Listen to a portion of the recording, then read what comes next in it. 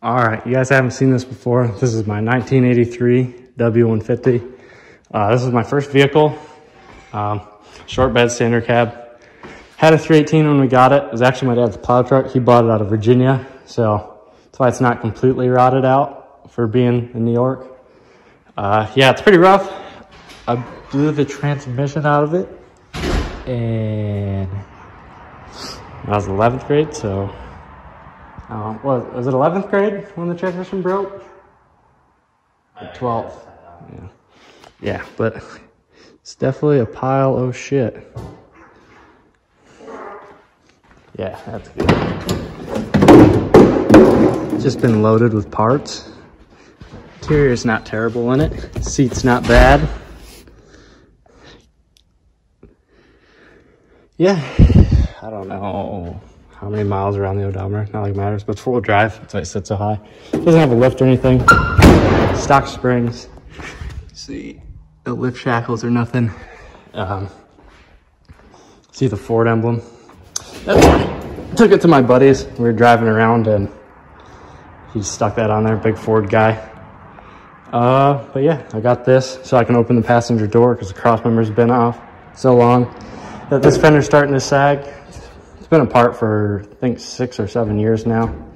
But yeah. All right, here's the engine that's going in. Got to torque the flex plate. That's a balanced one for a 360. These are some valve covers my dad made for a circle track. That's what I had in here in high school because I thought it was cool, and I swapped it to a 360 before.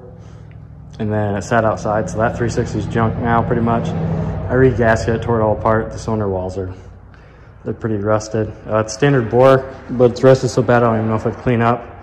But I did a video on this. This is 40 over, 1010 on the crank, Lunati cam, whatever heads are on it, just smog heads.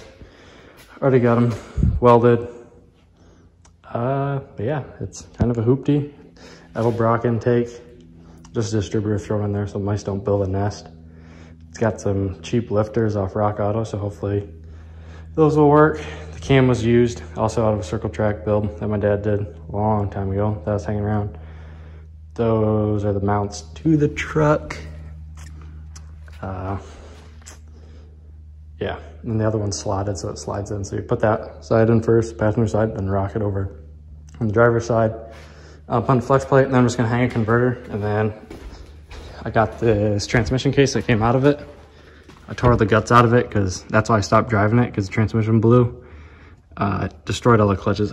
Might have the clutches, probably find them. But got super hot because the shifter doesn't stand first, so I put it in first, and I was like doing burnouts. We're testing some carburetor stuff, and then it slid in between and just heated it and fucking blew that.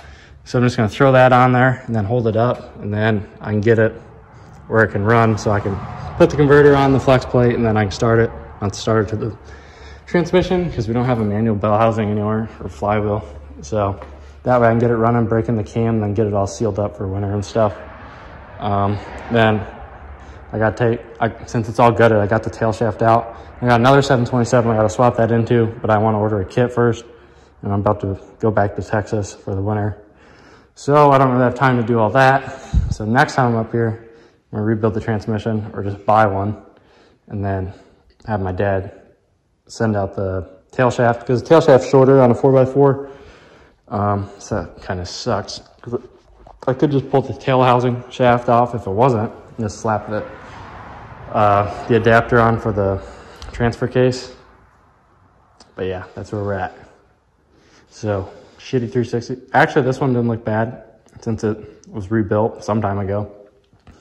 And then the reason I still got that one on is because the other polka dot one that I made was all bent on the rail where the gasket actually matches. Like every tin valve cover, they all bend. So everyone just tightens the fuck out of them as soon as they start leaking. They're like, oh, I just gotta tighten it up. And by people, I mean me. I'm one of those people who does it. Even though I know better, I still do it, which is I get pissed. So I'm gonna torque those just so I don't forget to when I go to put the engine back, or the other good transmission on. I have that 440 at my house in Texas. I really want to put it in this, but they're across the country from each other. So this is going in for now. Maybe someday that'll happen. Would be sick to have a big block in this. And you can tell it's obviously red before. No, I didn't paint it black, so don't point your fingers at me why it looks so shitty. But, I mean, that's not the only reason. But yeah, transmission case, then throw it in there. Support the, I believe the back, the transfer case is actually what holds the transmission up. But I'm not gonna put the transfer case on because it's heavy. And I don't wanna do that because I'm lazy. So I'm just gonna throw it up in there with like a ratchet strap holding it on or something. Just enough so I can break the cam in, get the rest of the shit hooked up front, get the cross member put back in, you know, just cobbing things together as usual. All right, it's in there. So I found it was actually easier to put the slotted one in first and then put it on that one. That's the way I got it to go. Maybe just the way I had it hanging on the chain. Threw the distributor back in, took that out. Oil pressure sending unit, that was kind of in the way. So I pull that out for you to do it. I can't get it out now because of the intakes. That's pain in the ass. Got to pull the actual sensors out of the T or whatever you want to call that. Just got some ratchet straps holding it up. It's way too short. It's definitely the transfer case that holds it up in the cross member. You see up in there, but had some shitty old ratchet straps in there. So those are in there. Tighten up the motor mounts. It'll be fine to run like this. Hopefully the weight of the converter doesn't hurt it running. I don't think it will because people run stuff with flywheels, like on an engine stand, you know. So I think that should be fine. But yeah, that's where it is right now. Stay tuned for an update. Hopefully I get it going before I leave.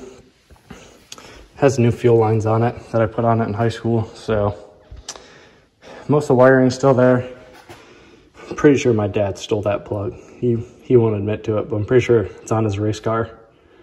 But yeah, then just ballast resistor I stole. A lot of the stuff, a lot of the bolts I stole for the Volare, so I'm gonna have to get a lot of stuff for this to get it going, like all the water pump bolts and stuff. I might be able to find them, never know. Just go to Ace down the road and get some bolts for the intake and stuff like that. Found most of those, but yeah, I'm gonna get this pushed out and work on it outside because it doesn't need to be in here.